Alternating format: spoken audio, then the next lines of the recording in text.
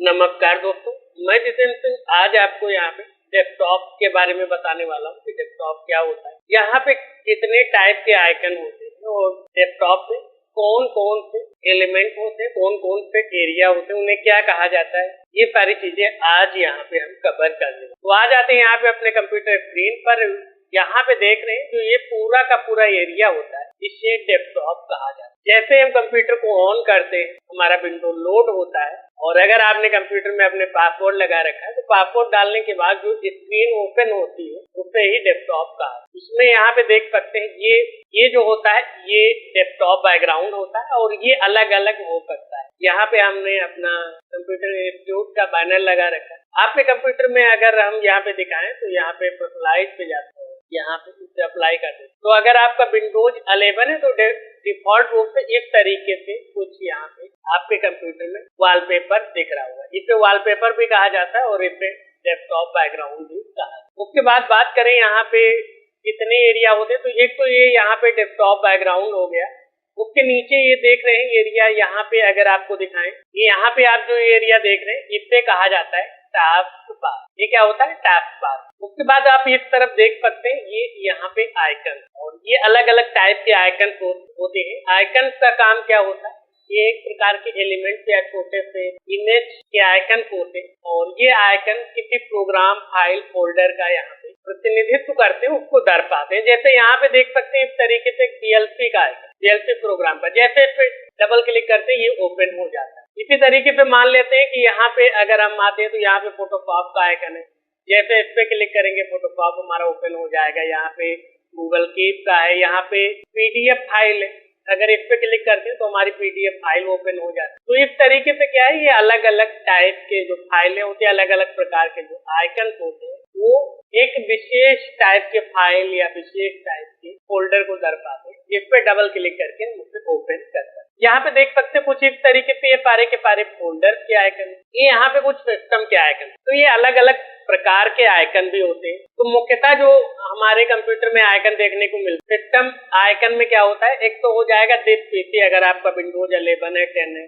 अगर इससे पुराना वर्जन है तो यहाँ पे माई कंप्यूटर या फिर कंप्यूटर लिख के आ रहा है। उसके बाद एक नेटवर्क का मिल जाता है, एक रिसाइकल बिन का मिल जाता है, एक कंट्रोल पैनल। यहाँ पे ये डिफॉल्ट रूप से आपके कंप्यूटर, आपके ऑपरेटिंग सिस्टम पर निर्भर करता है और ये आपका ऑपरेटिंग सिस्टम जैसे ही इंस्टॉल किया जाता है ये आइकन आ जाता है। अगर नहीं आते हैं तो उसके बारे में भी अभी हम बात करेंगे कि किस तरीके से ला सकते हैं अगर आपके कंप्यूटर में ये आइकन दिखाई नहीं पड़े। फोल्डर के आइकन आप यहाँ पे देख पा रहे होंगे पीले कलर के यानी हल्का येलो कलर से दिखाई पड़े। उसके बाद ये देख सकते हैं 7zip या फिर रार टाइप की फाइल यहाँ पे। उसके बाद और नीचे आते हैं तो यहाँ पे देख सकते हैं ये इमेज की फाइल है, ये भी इमेज की फाइल है और ये यहाँ पे वर्ड की फाइल है।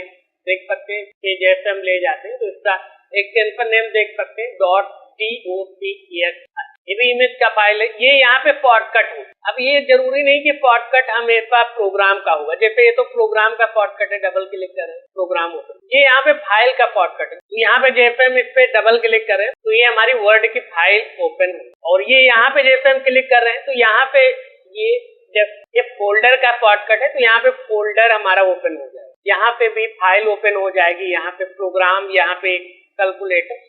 तो इस तरीके से क्या है कि आप यहाँ पे कोई भी फाइल या फोल्डर का शॉर्टकट बनाकर उसे सीधे आप ओपन कर सकते। तो शॉर्टकट कैसे पता चलता है, तो ये शॉर्टकट में आपको दिख रहा होगा एक ऊपर की तरफ एरो दिख रहा होगा, वो ये दर्शाता है कि ये शॉर्टकट है। अब अगर आपको मान लेते हैं कोई यहाँ पे शॉर्टकट ऐड करना है, आपके कंप्यूटर में ऑलरेडी नहीं है। अब शॉर्टकट का काम क्या होता है, मान लेते हैं कि हम डेली काम करते हैं, ठीक है, कंप्यूटर का डेली यूज करते हैं, तो हमारे सिस्टम में मान लेते हैं हम सॉफ्टवेयर इंस्टॉल कर रखे हैं, तो ऐसा तो जरूरी नहीं कि हम सॉफ्टवेयर रोज ही यूज करेंगे, लेकिन कुछ ऐसे 2-4 सॉफ्टवेयर होते हैं जिनका हम डेली यूज करते हैं। तो इसलिए हम क्या चाहते हैं भाई, वैसे अगर बात करें प्रोग्राम ओपन की तो यहाँ पे हम जाएंगे स्टार्ट पे, ऑल ऐप्स में जाएंगे, उसके बाद उस प्रोग्राम को हम सर्च करेंगे या फिर हम यहाँ पे भी क्लिक करेंगे तो सर्च बॉक्स में टाइप करेंगे, जैसे नोटपैड मुझे खोलना है तो नोटपैड सर्च करके तब क्लिक किया तो यहाँ पे आ रहा। अब हम ऐसा नहीं चाहते हैं भाई, डेली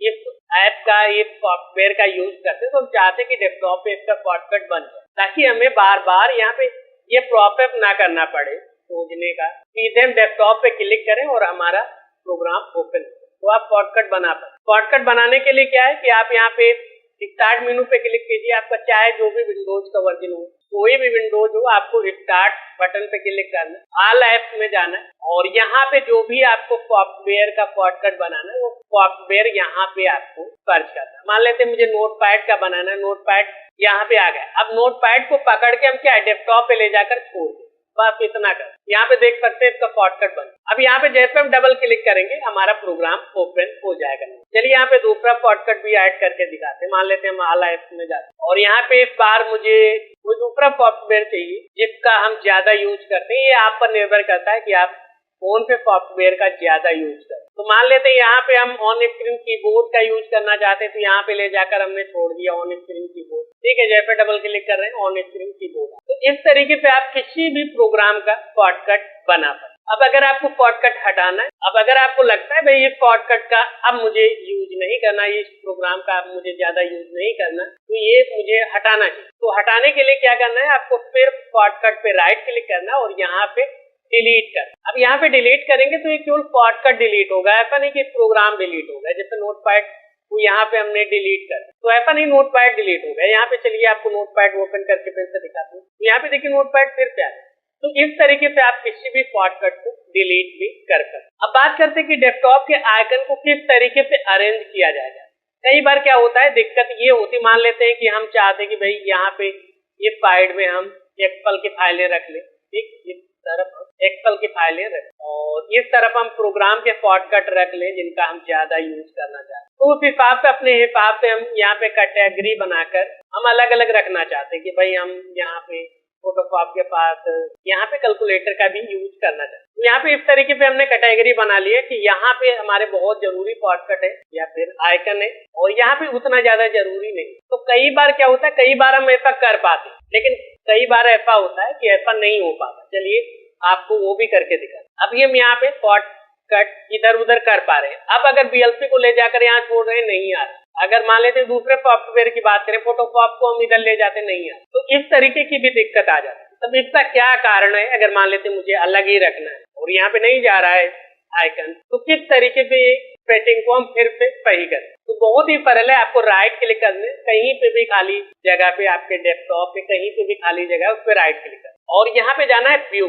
व्यू में जाएंगे तो यहाँ पे आपके सामने और कुछ ऑप्शन आ जाए। अब यहाँ पे दो ऑप्शन आपको डिसेबल कर देना, एक तो डिसेबल कर देना ऑटो अरेंज आइकन, दूसरा अलाइन आइकन टू ग्रिड, ये दोनों आपको ऑफ कर देना। अभी देखिए यहाँ पे टिक लगा हुआ है, इसका मतलब ये एक्टिव है। तो इन्हें आप सिंपल इस पे क्लिक करेंगे, दोबारा पे जाएंगे और यहाँ पे अलाइन आइकन टू ग्रिड को ऑफ कर। अब आप जहाँ पे भी आइकन ले जाना चाहते हैं वहां पे ले जाकर छोड़ दीजिए, आइकन उस तरीके से अब यहाँ पे देखिए अभी हमने दोनों ऑफ कर रखे हैं, लेकिन दोनों का आपको अंतर बताया। पहला जो यहाँ पे हमने ऑफ कर रखा है ये ऑटो अरेंज आइकन, अगर इसे ऑन कर देंगे एक बार तो ऑटोमेटिक अरेंज हो जाएंगे आइकन, जितने भी आइकन होंगे वो एरिया में अरेंज हो जाएंगे और ये हमेशा आपके स्क्रीन के बाएं तरफ से अरेंज। अब अगर आप कहीं पे भी आइकन ले जाना चाहें नहीं जाएंगे, वो जितने एरिया में आइकन है उतने एरिया में रहेंगे। हाँ, आप ये आप कर सकते कि यहाँ पे आप आइकन को आगे पीछे कर, यहाँ पे आप आइकन को क्या है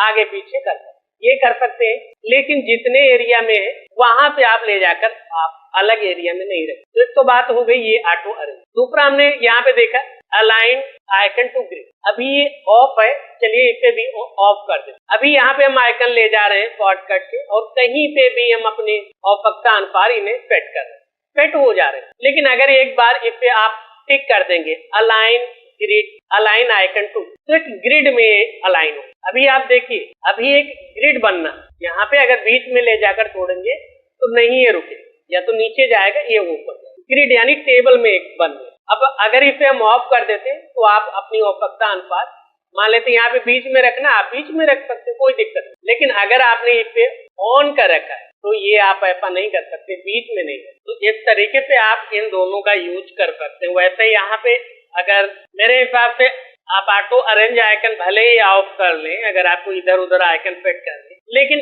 अलाइन आइकन टू ग्रिड को हमें ऑन करके रखना चाहिए, क्योंकि यहाँ पे अगर इसे ऑन करके रखेंगे तो आपके आइकन जो है कुछ साफ सफाई से यहाँ पे दिखेंगे। ऐसा नहीं कि ऊपर नीचे आ रहे हो, यहाँ पे इधर उधर आ रहे हैं, इस तरीके से आपको बहुत ज्यादा बिखरे बिखरे नहीं दिखे, साफ सुथरे आइकन दिखेंगे इस तरीके से अगर आप इन्हें ग्रिड टू अलाइन कर लें। लेकिन यहाँ पे हमने दोनों ऑप्शन के बारे में बता दिया, ताकि अगर आपको अभी ऐसी जरूरत हो कि आपको अलाइन नहीं करना है तो आप आसानी से अलाइन को ऑफ भी कर पाए। उसके बाद यहीं पे मिल जाता है आइकन अरे लार्ज आइकन। यहाँ पे देखिए 3 ग्रुप, एक तो यहाँ पे आइकन साइज को लेकर है, ठीक है, आइकन साइज को लेकर यहाँ। दूसरा है यहाँ पे ग्रुप ऑटो अरेंज और अलाइन आइकन, तो उसकी भी बात करें तो यहाँ पे लार्ज आइकन पे क्लिक कर देंगे तो हमारे आइकन जो है वो बहुत बड़े बड़े आइकन हो जाए। तो यहाँ पे फिलहाल हम मीडियम करते हैं, तो मीडियम मुझे अच्छे लगते हैं, मीडियम साइज। और बाकी आप चाहें तो इन्हें स्मॉल आइकन कर सकते हैं, तो बहुत ज्यादा छोटे हो जाए। तो मेरे हिसाब से आपको यहाँ पे मीडियम आइकन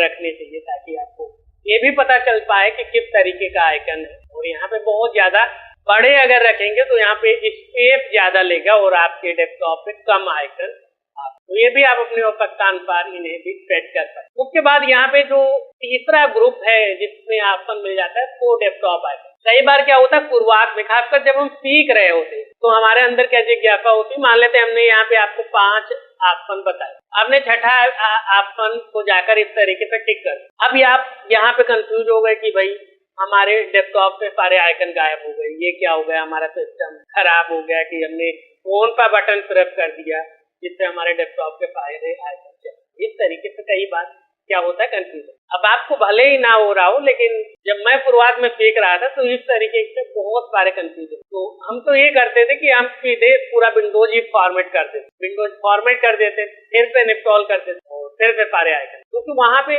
इतना ज्यादा बारीकी से चीजें बताई भी नहीं छोटी छोटी। तो यहाँ पे हम लोग अपने हिसाब से क्या करते थे, उसे फॉर्मेट करके फिर से सारे सेटिंग दोबारा से प्राप्त कर। लेकिन आपको ऐसा नहीं करना, इन छोटी छोटी चीजों के लिए विंडोज फॉर्मेट नहीं करना। तो यहाँ पे राइट क्लिक करना है आपको। अगर ऐसा हो जाए डेस्कटॉप पे सारे आइकन गायब, तो यहाँ पे देखिए एक भी आइकन नहीं दिखेगा, कहीं पे भी कोई एक भी आइकन नहीं। अगर आपके पास ऐसा हो जाता है तो आपको क्या करना है, सिंपल राइट क्लिक करना अपने डेस्कटॉप पे, व्यू में जाना और को डेस्कटॉप आइकन पे क्लिक करना। अब यहाँ पे एक चीज और देखिए आप, यहाँ पे तो ये ऑप्शन डिसेबल हो गए, इनएक्टिव हो गए। क्यों हो गए? क्योंकि जब आइकन ही नहीं है तो अरेंज क्या करेंगे, अब आइकन ही नहीं है तो उन्हें ग्रिड में फिट कैसे करेंगे, तो इसलिए ये दोनों ऑप्शन इनएक्टिव। अगर इसे हम ऑन कर देते फॉर डेस्कटॉप आइकन तो फिर से हमारे जितने भी आइकन थे वो ज्यों के त्यों जहां पे जो सेट था वहीं पे वो हमें मिल जाएगा। और दोबारा से राइट क्लिक करेंगे तो ये दोनों ऑप्शन भी एक्टिव हो। तो यहाँ पे इस तरीके से आप क्या कर सकते हैं, यहाँ पे डेस्कटॉप के आइकन का व्यू वगैरह चेंज कर सकते हैं, हाइड कर सकते हैं। उसके बाद सॉर्ट बाय।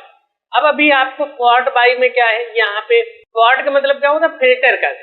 अब यहाँ पे आप फिल्टर या सॉर्ट की बेस पे कर सकते हैं। तो पहला बेस है, यहाँ पे पहला आधार है नेम के हिसाब। यहाँ पे जैसे क्लिक करेंगे तो नेम के हिसाब से यहाँ पे आपके आइकन सॉर्ट हो जाएंगे। लेकिन मुझे नेम के हिसाब से नहीं चाहिए, मुझे साइज के हिसाब से चाहिए। तो जिसका ज्यादा साइज होगा वो आइकन आएगा, उससे कम, उससे कम, उससे कम। और यहीं पे अगर दोबारा से इसी पे क्लिक कर देंगे, दोबारा पे जाएंगे और यहाँ पे साइज पे ही क्लिक कर देंगे तो इसके उल्टा हो जाएगा, सबसे बड़ा साइज पहले, सबसे छोटा बाद में। इस तरीके से इन्हें सॉर्ट कर सकते हैं। तीसरा है यहाँ पे आइटम टाइप, किस टाइप का आइटम है उस हिसाब से आप सॉर्ट कर। जैसे यहाँ पे देख सकते हैं सिस्टम आइकन आ रहे हैं, उसके बाद फोल्डर आइकन, फिर फाइल आइकन, फिर इमेज आइकन, फिर पीडीएफ आइकन, फिर शॉर्टकट आइकन, फिर एक्सेल के आइकन। तो इस तरीके से भी आप कर सकते। उसके बाद यहाँ पे डेट मॉडिफाई, यानी किस डेट में कौन सा आइकन बनाया गया उस हिसाब से भी आप सॉर्ट कर सकते। अब यहाँ पे दोबारा से इसी पे क्लिक कर देंगे तो यहाँ पे क्या हो जाता है, असेंडिंग डिसेंडिंग,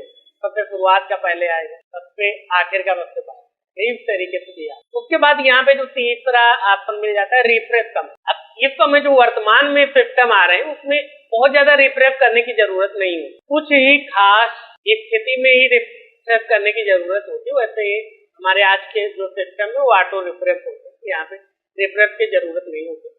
लेकिन आपको ऑप्शन मिल जाता है, अगर आपको वैकल्पिक जरूरत पड़े तभी तो आप यहाँ पे इस पे क्लिक करके आप अपने सिस्टम को रिफ्रेश कर पाए। उसके बाद यहाँ पे मिल जाता है अंडू डिलीट का। अगर आपने कुछ भी यहाँ पे डिलीट कर रखा है, रिनेम कर रखा है, तो यहाँ पे अंडू का ऑप्शन मिल जाता है। उसके बाद यहाँ पे न्यू का मिल जाता है। न्यू में क्या है, यहाँ पे न्यू में बहुत सारे और आपको ऑप्शन मिल जाते हैं। एक फोल्डर का, शॉर्टकट का, और उसके बाद जो आपके सिस्टम में प्रोग्राम है उनके आपको फाइलें बनानी, उसका भी यहाँ पे शॉर्टकट मिल जाए। तो जैसे फोल्डर बनाना है, फोल्डर पे क्लिक कर देंगे, जो भी फोल्डर का नाम वगैरह देना है तो यहाँ पे नाम दे सकते हैं। जैसे एंटर प्रेस करेंगे फोल्डर क्रिएट हो। अब मान लेते हैं कि मुझे शॉर्टकट क्रिएट करना है, तो शॉर्टकट पे क्लिक करेंगे, फिर यहाँ पे किसका शॉर्टकट क्रिएट करना है वो यहाँ पे ब्राउज कर सकते हैं। तो फिलहाल मुझे शॉर्टकट अभी नहीं क्रिएट करना है, तो छोड़ दो। उसके बाद न्यू में जाना है। मान लेते हैं यहाँ पे किस टाइप की आपको फाइल बनानी है, तो मान लेते हैं नोटपैड की फाइल बनाना, तो टेक्स्ट डॉक्यूमेंट पे क्लिक किया, नोटपैड की फाइल और एंटर प्रेस करेंगे, फाइल क्रिएट हो। तो इस तरीके से आप न्यू का उपयोग करके नई फाइल, नया फोल्डर, नया शॉर्टकट बना। इनके बारे में आगे और डिटेल में पढ़ेंगे। अभी हम डेस्कटॉप के बारे में सारी चीजें पढ़।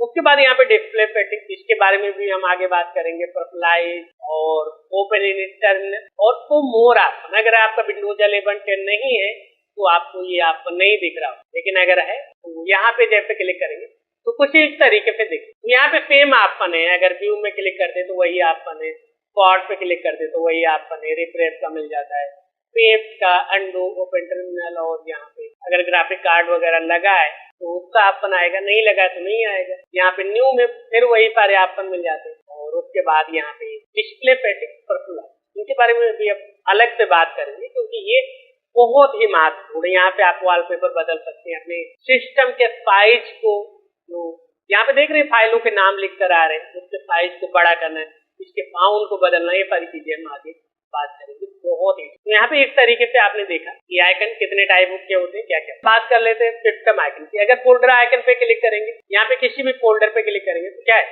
यहाँ पे हम उस फोल्डर में पहुंच जाएंगे। ठीक, फोल्डर में पहुंच गए, जो भी फाइल है वो फाइलें हमें मिल जाएंगी। फोटोशॉप पे क्लिक किया, फोल्डर के अंदर फोल्डर है, फोटोशॉप में पहुंच। अब यहाँ पे प्रोग्राम फाइलों की बात करें, शॉर्टकट की बात करें, जैसे इस पे डबल क्लिक करें, प्रोग्राम ओपन हो जा रहा है, जो भी शॉर्टकट है प्रोग्राम का वो प्रोग्राम ओपन। अब यहाँ पे रिसाइकल बिन मिल जाता है। कंट्रोल पैनल, कंट्रोल पैनल में क्या होता है कि आपके सिस्टम की पूरी सेटिंग इसमें होती है, इसलिए इसे क्या कहा जाता है, कंट्रोल पैनल। ये आपके पूरे सिस्टम की सेटिंग इसमें। यहाँ पे इन सेटिंग की भी बात हम बहुत डिटेल में करेंगे। यहाँ पे देखिए हमारी क्लासें भले ही थोड़ी सी बड़ी हो जाएं और क्लासों की संख्या थोड़ी सी ज्यादा हो जाए, लेकिन हमारा यही उद्देश्य रहता है कि आप जो भी चीज पढ़े उसे दोबारा से कहीं और खोजने की, कहीं और पढ़ने की, कहीं और से समझने की जरूरत नहीं। सारी चीजें आपको पूरी डिटेल में क्लियर हो जाए, क्योंकि अगर आप कंप्यूटर का यूज करते हैं तो कभी भी कोई भी दिक्कत आ सकती है, कभी भी किसी भी ऑप्शन की जरूरत पड़ सकती है। अगर आपको उस ऑप्शन के बारे में पता है, उस सेटिंग के बारे में पता है, तो इजीली आसानी से आप सही कर पाए। मेरा यही उद्देश्य रहता है, इसलिए हम सारी चीजें इन डिटेल में बात करें। तो यहाँ पे सेटिंग की भी बारे में बात करेंगे। और यहाँ पे रिसाइकल बिन होता है। रिसाइकल बिन का काम ये होता है, रिसाइकल बिन का काम ये होता है जो भी हम फाइलें डिलीट कर देते हैं, जैसे ये 2 फोल्डर फाइल हमने बनाए, यहाँ पे हम राइट क्लिक करते हैं और डिलीट पे क्लिक कर देते हैं, तो ये फाइल फोल्डर भी आपको रिसाइकल बिन में मिल जाएगा। यहाँ पे देखिए न्यू टेक्स्ट डॉक्यूमेंट न्यू। तो रिसाइकल बिन का काम यही होता है, जो हमने फाइलें डिलीट की 30 दिनों के अंदर, वो सारी की सारी फाइलें रिसाइकल बिन में जाकर रिस्टोर हो जाती है। क्यों हो जाती है उसका भी कारण है। कई बार क्या होता है, हम जल्दी में डिलीट कर देते फाइल।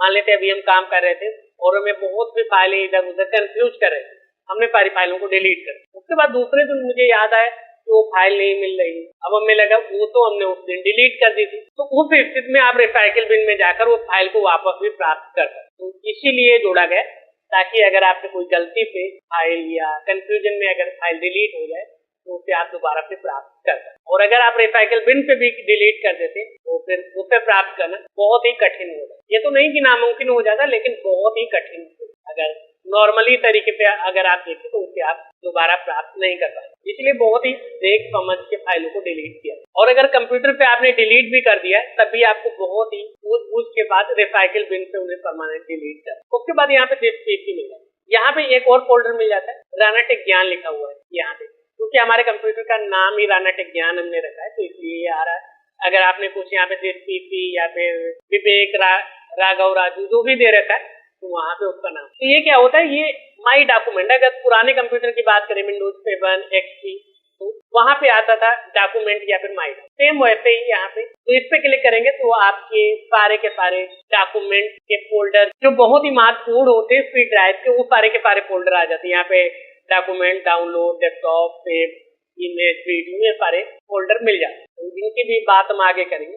यहाँ पे दिस बहुत ही महत्वपूर्ण, अगर आपसे कोई कहे कि जो आपके कंप्यूटर का मुख्य दरवाजा है, मुख्य विंडो है, मुख्य गेट है, मेन गेट, तो कौन सा होता है? तो वो यही होता है, दिस पीसी या फिर माई कंप्यूटर या कंप्यूटर लिखा हुआ आपके सिस्टम में आएगा अगर पुराना हुआ। अगर आपका विंडोज 10-11 है तो आपको वहाँ पे दिस पीसी लिखा हुआ मिलेगा, बस उस पर आपको डबल क्लिक करना है। जैसे डबल क्लिक करेंगे तो आपके सिस्टम में जितने भी ड्राइव हैं, जितने भी हार्ड डिस्क लगे हुए हैं, जितने भी एसएसडी लगे हुए हैं, internal external pen drive, CD, सारा कुछ यहीं पे आपको देखने को मिल जाएगा और इजीली यहीं पे आप उसे एक्सेस भी कर पाए। और यहाँ पे देख सकते हैं हमारे सिस्टम में थोड़ी ज्यादा ही बड़ी हार्ड डिस्क लगी हुई है, इसलिए इतने सारे पार्टीशन दिखा रहे हैं। यहाँ पे अगर आप देखें तो ये एसएसडी लगा हुआ है हमारे सिस्टम में, जो कि करीब 256 जीबी का है। तो यहाँ पे आप देख सकते हैं एसएसडी।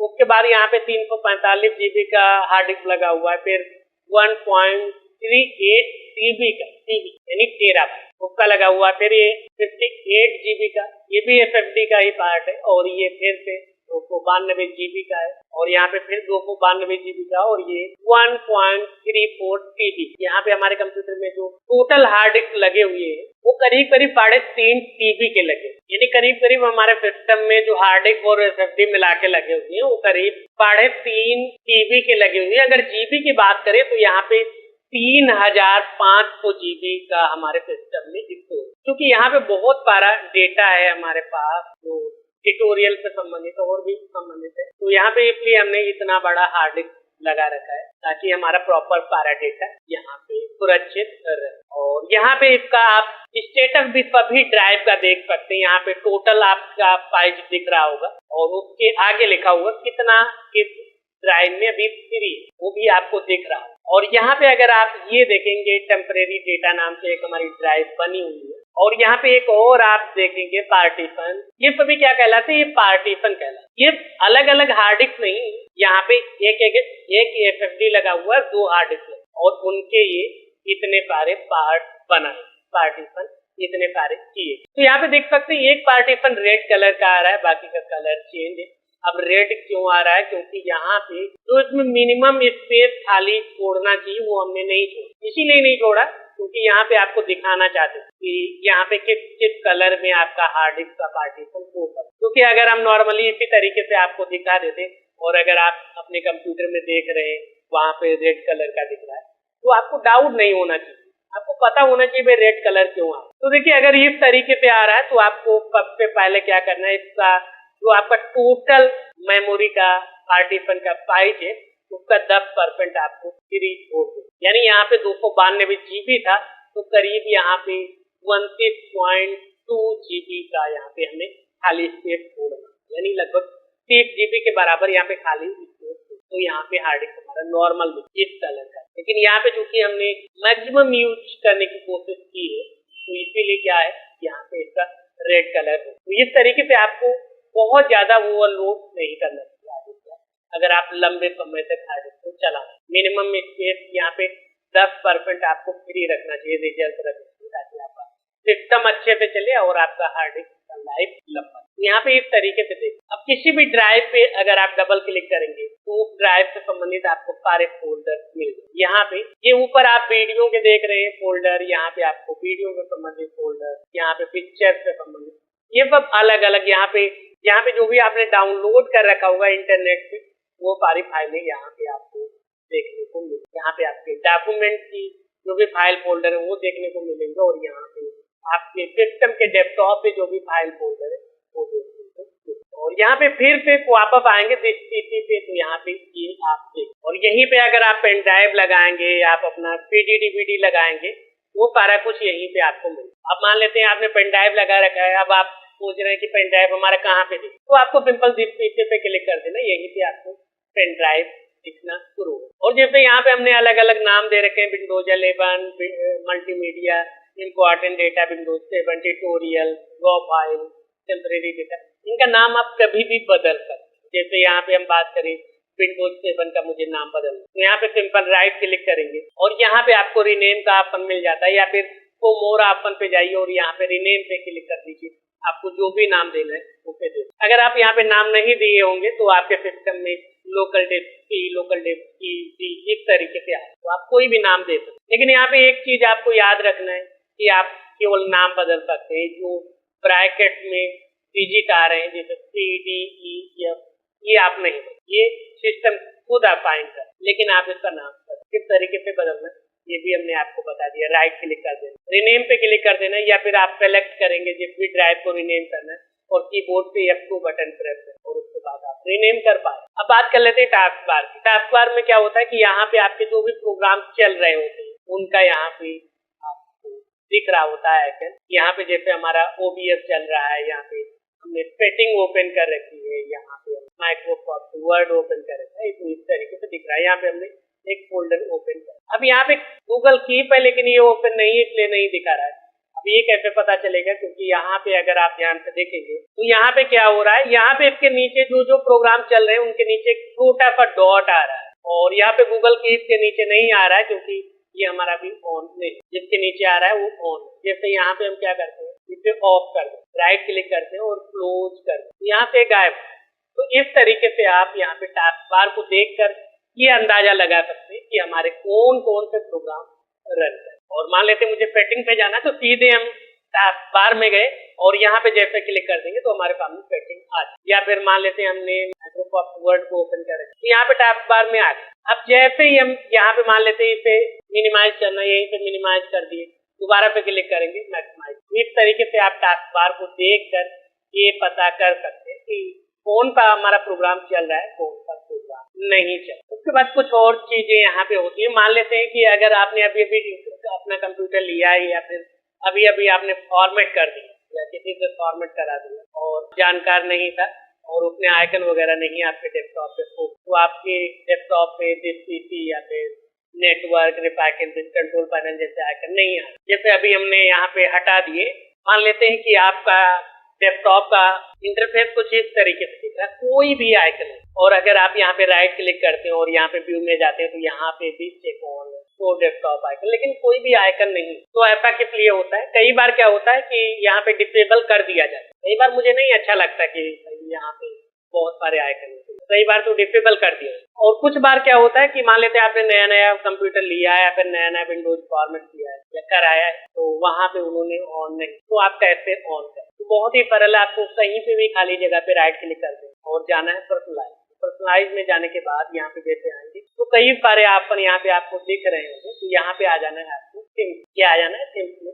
जैसे थिम्स में आएंगे तो यहाँ पे थिम्स का विंडो ओपन होगा, तो यहाँ पे आ जाना है रिलेटेड सेटिंग और यहाँ पे क्लिक करना है डेस्कटॉप आइकन। जब भी डेस्कटॉप आइकन सेटिंग पे क्लिक करेंगे आपके सामने ये विंडोज ओपन होके आएगी, तो पॉपअप ओपन होके आएगा। यहाँ पे दिख रहा है डेस्कटॉप आइकन, आपको कौन कौन से रखने, मान लेते मुझे कंप्यूटर रखना है। यूजर फाइल जो हमने बता रहे थे राणा टेक ज्ञान, यहाँ पे अगर आप क्लिक करेंगे तो आपके कंप्यूटर का जो भी नाम होगा उससे संबंधित। यहाँ पे नेटवर्क मान लेते मुझे फिलहाल नहीं चाहिए, तो साइकिल बिल मुझे चाहिए, कंट्रोल पैनल बिल भी और अप्लाई कर देते हैं और ओके कर। और अगर यहाँ पे मिनिमाइज करें तो अभी देखिए तीनों आइकन। अब अगर मान लेते हैं कि मुझे और भी आइकन चाहिए, मान लेते मुझे यहाँ पे और भी आइकन चाहिए, जैसे मुझे यहाँ पे कंट्रोल पैनल भी चाहिए और नेटवर्क का, दोनों को और टिक कर देंगे और ओके कर देंगे, देख सकते हैं आगे। अब मान लेते हैं कि आइकन मुझे बदलने, मुझे ये डिफॉल्ट आइकन नहीं अच्छे लगते, मुझे बदलना।